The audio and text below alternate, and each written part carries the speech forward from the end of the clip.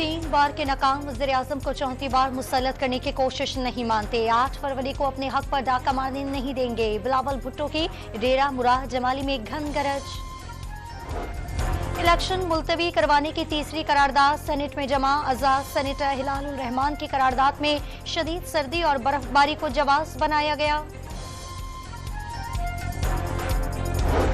Yemen में हौसियों के खिलाफ अमरीकी इत्तेहादी हमलों का बहरा अरब में पाकिस्तानी जहाजों की तैनाती से कोई ताल्लुक नहीं। सोशल मीडिया का बेबुनियाद प्रोपेगेंडा बेनकाब हो गया। बैरिस्टर गौहर के घर पर छापे के केस में इस्लामाबाद पुलिस के 5 अफसरान मुअत्तल। तहकीकात में कसूरवार साबित होने पर महकमा जाती कार्रवाई की जाएगी। इस्लामाबाद में बलूचिस्तान शोहदा फोरम का धरना 8वें रोज भी जारी। साबिक निगरान वजीर जमाल रईसानी ने शोहदा के लवाहिकीन के लिए हुकूमत से इंसाफ मांग लिया।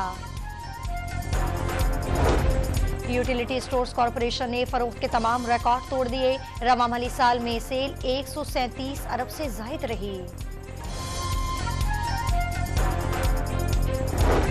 लाहौर में तलबा और तालबात के लिए ऑरेंज लाइन ट्रेन पर मुफ्त सफरी सहूलियात बहाल।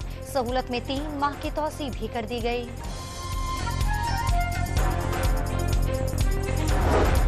पाक अफगान तुर्कम सरहद पर पासपोर्ट और वीजे की शर्त पर अमल दरामद। पासपोर्ट न रखने वाले ड्राइवर्स को पाकिस्तान में दाखिल होने से रोक दिया गया।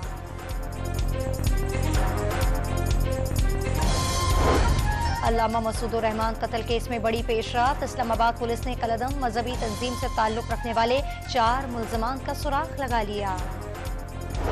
और दूसरे T20 में भी न्यूजीलैंड के खिलाफ पाकिस्तान को शिकस्त। 195 रन हदफ के ताकुब में पूरी टीम 173 रन पर ढेर।